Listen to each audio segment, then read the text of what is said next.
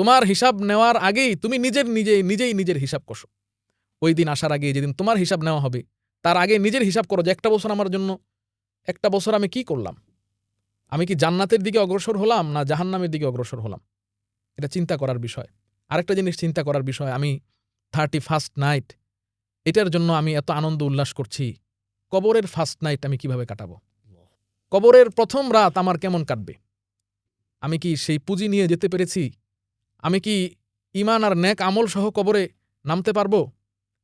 আমার যখন সবাই চলে যাবে আমাকে কবরে রেখে, যখন ছেলে সন্তান, বাবা মা, আত্মীয় স্বজন, পরিবার পরিজন সবাই আমাকে রেখে যার যার বাসায় চলে যাবে, অন্ধকার এই ঠান্ডার রাত, এই অন্ধকার এক কবরে আমি পড়ে থাকব, সেই ফার্স্ট নাইটটা আমার কি হবে?